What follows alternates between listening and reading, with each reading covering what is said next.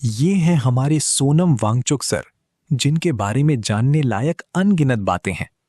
उन्होंने इस देश और समाज के लिए बहुत कुछ किया है, लेकिन आज उन्हें 15 दिन से अधिक समय हो चुका है अनशन पर बैठे हुए।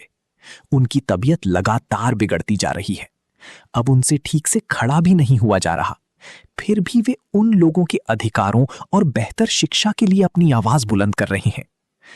जो लोग अब भी चुप हैं, उनसे बस एक सवाल है, आखिर किस बात का इंतजार कर रहे हो?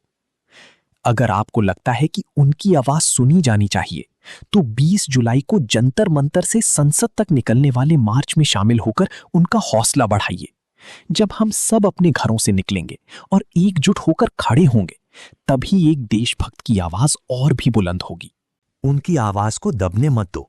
सिर्फ थोड़े से आराम और अपनी व्यस्त जिंदगी के कारण चुप मत रहो। याद रखो, आज नहीं तो कल तुम या तुम्हारे बच्चे भी इसी शिक्षा व्यवस्था का हिस्सा होंगे।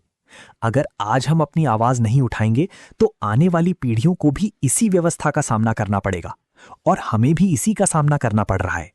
अगर तुम्हें और जानना है कि उन्होंने क्या क्या किया है, तो जरूर देखो, लेकिन 20 जुलाई को मत भूलना, उनका साथ दो। अगर भारत में जितने भी बच्चे, युवा और वे माता पिता जो अपने बच्चों को पढ़ा रहे हैं, अगर सिर्फ एक दिन के लिए भी निकल गए, तो तुम खुद देखना किस तरह काम हो जाता है। सरकार खुद तुम्हारी बात सुनेगी। फिर सोनम वांगचुक का अनशन भी पूरा हो जाएगा। तुम्हारा तो सिर्फ एक दिन जाएगा, लेकिन उनकी जिंदगी बच सकती है। नहीं तो हम सब जिंदगी भर यही पछताते रह जाएंगे कि आजाद देश में भी हम एक देशभक्त का साथ नहीं दे सके। अगर आज हम साथ नहीं दे सकते, तो फिर गुलामी के दौर में हम भगत सिंह का साथ क्या ही देते।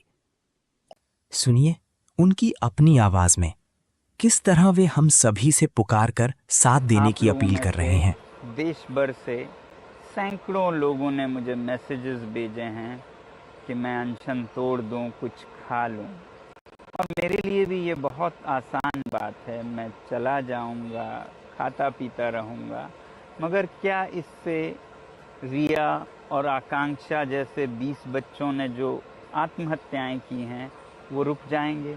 सच में चाहते हैं कि मैं जिंदा रहूं, तो फिर घर के सोफे से मुझे संदेश भेजने से थोड़ा ज़्यादा आप हरकत कर सकते हैं। हम सब मिल के कुछ कर सकते हैं ताकि ये सब ना हो। हमारे भारत का संसद, जहाँ पर निर्णय लिए जाते हैं, बहस होते हैं, नीतियाँ बनती हैं, तो क्या आप तैयार हैं अगर मैं कहूं कि 20 जुलाई को जब संसद का मॉनसून सत्र शुरू होता है, तो मेरे साथ आप लोग भी जंतर मंतर से संसद तक एक शांतिपूर्ण मार्च करें? अगर ऐसा कर सकते हैं तो बहुत कुछ बदल सकता है। इसके लिए आपको दिल्ली आना होगा और मेरे साथ इस शांतिपूर्ण मार्च में जुड़ना होगा। बताइएगा ज़रूर क्या आप करने को तैयार हैं। नीचे कमेंट्स में या फिर जो लिंक दिया है उसमें कहिएगा मैं तैयार हूँ। तो मुझे विश्वास होगा कि हमारा देश भी बचेगा और मेरी जान भी। जय हिंद।